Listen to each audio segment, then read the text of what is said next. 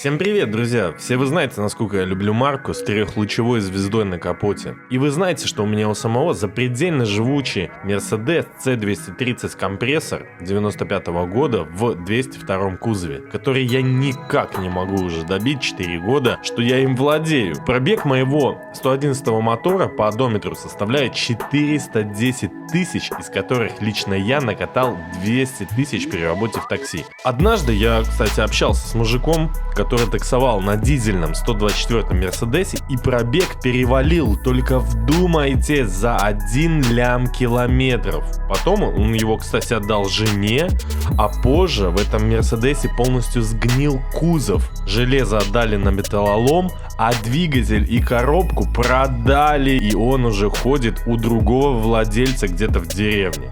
Вообще создается такое впечатление, что если даже всю землю накроет радиоактивный пепел, единственным, что останется живым, так это мотор Mercedes, родом из 80-х и 90-х. Но, как вы понимаете, наше видео сегодня не про это. Наверняка вам приходилось встречать на улицах вашего города автомобили E, S-класса, а также внедорожники G, ML и GL серии. Но немногие знают, что в те времена, с начала 2000-х, помимо моторов, которые действительно стали легендами, в Mercedes устанавливался мотор, который уже с рождения оказался больным и запятнал светлое имя моей любимой марки. Итак, сегодня мы поговорим о самых ненадежных дизельных двигателях с индексом ОМ628 и ОМ629. Это 8-цилиндровые дизельные двигатели внутреннего сгорания с V-образной конструкцией, с непосредственным впрыском топлива и с турбокомпрессором, разработанным компанией Mercedes-Benz. В то время вовсю Audi создавала свои легендарные двигатели с дизельной тягой, которые поражали своей надежностью и крутящим моментом. Mercedes решил не отставать и решил создать V-образный высокопроизводительный двигатель с двумя турбинами для того, чтобы фанаты двигателей с солярочной тягой не покупали Audi, а могли купить Mercedes, нажав на педаль которого получить сверхмаксимальный крутящий момент и при этом затратить минимум топлива. Ну и как вы понимаете, любые благие намерения ведет дорога в одно место. И двигатель действительно получился неудачный, сейчас вы поймете почему. И давайте сразу договоримся без этого в комментариях, типа я уже 150 лет езжу, меняю только масло. Поймите, статистика вещь упрямая. Если никто не может сказать, что 111 мотор это говно, то практически каждый второй владелец 628 мотора и каждый первый сервисник это заявит без лукавств. Замер компрессии Mercedes 4 литра дизель. 10 килограмм. Компрессии нет. Проблема дымит сизым дымом. Из владельцев, как правило, не заявит лишь тот, кто не считает деньги, или тот, кто никогда не признается, сколько денег он туда уже влил. И при этом обязательно промолчит, с каким экзотическим сексом связан доступ к тому или иному узлу. Остается малая доля тех счастливчиков, которым по тем или иным причинам еще не пришлось узнать все радости М628, видимо, к которым пока что относишься ты. Но это не точно. Чтобы сказать, что в нем все плохо, лучше для начала перечислить хорошее. Бешеные моменты, хорошее соотношение мощности к расходу, притом чипуется он на ура. Ну и, конечно, улыбки тех первых владельцев, которые в начале 2000-х сели за руль новенькой ML-ки или S-ки и выехали из салона. Остальное, увы, один сплошной минус, начиная от кучи конструктивных просчетов при разработке, использованных материалов, трескавшихся камер сгорания и гильз, задирающихся при малейшем перегреве, лопнувших пружин клапанов и тарелок, ключих форсунок по цене Боинга, да и абсолютно ублюдской компоновки моторного отсека на любых мерсах, где он ставился, и как последствие абсолютно кайфовому в кавычках обслуживанию и ремонту. Скажите, пожалуйста, что самое дорогое в машине? Самое дорогое мотор. И что, часто ломается? Частенько, Что, все платят? конечно. Наверное, моторы придумали евреи. Перегрев, к слову, это отдельная болячка этого мотора.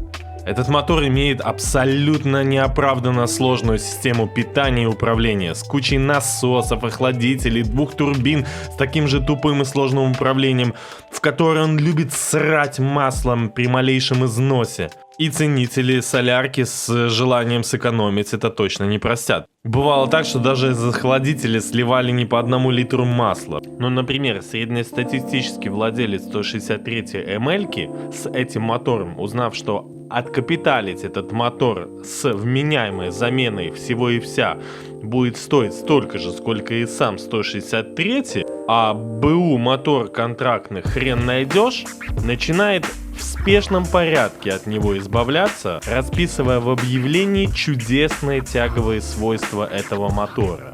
Ну и всякие ништяки, вроде замены масла через 6-7 тысяч, солярка от брендовых заправок. Хотя эти пункты справедливы для многих современных дизелей. Недаром Mercedes-Benz выпускал этот мотор совсем недолго.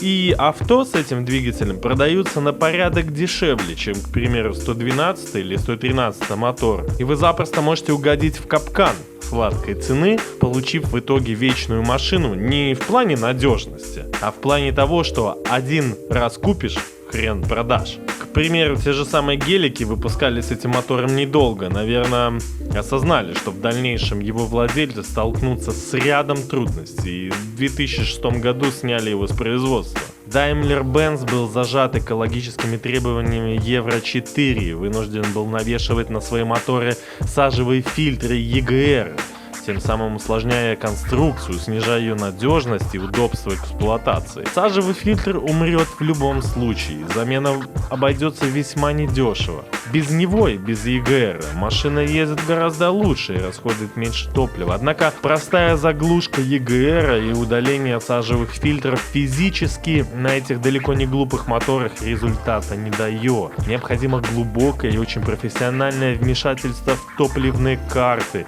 и спецоборудование. Мотивация инженеров, создававших в те времена этот двигатель, была понятна. Они хотели сделать сверхмощный двигатель с великолепной экологией и с маленьким расходом. Те люди, которые на них ездили, просто были в восторге. Но за это все нужно платить.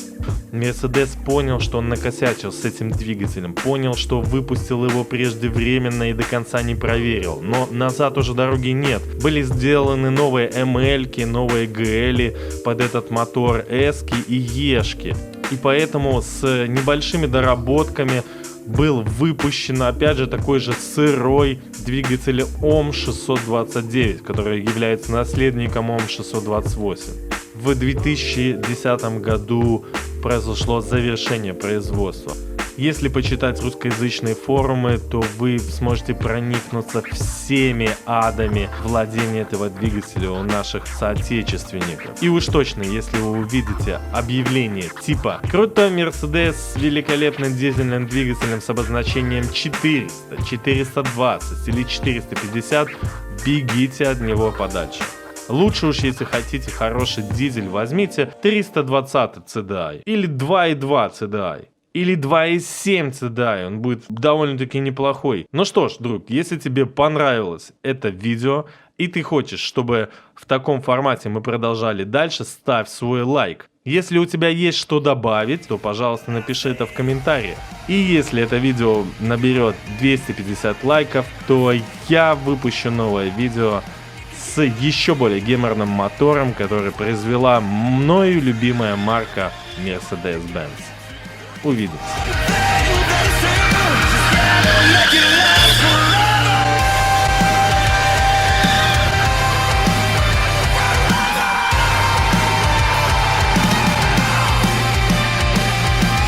Друзья, вы увидели все сами, вы видели, насколько классные Мерсы, что они могут жить.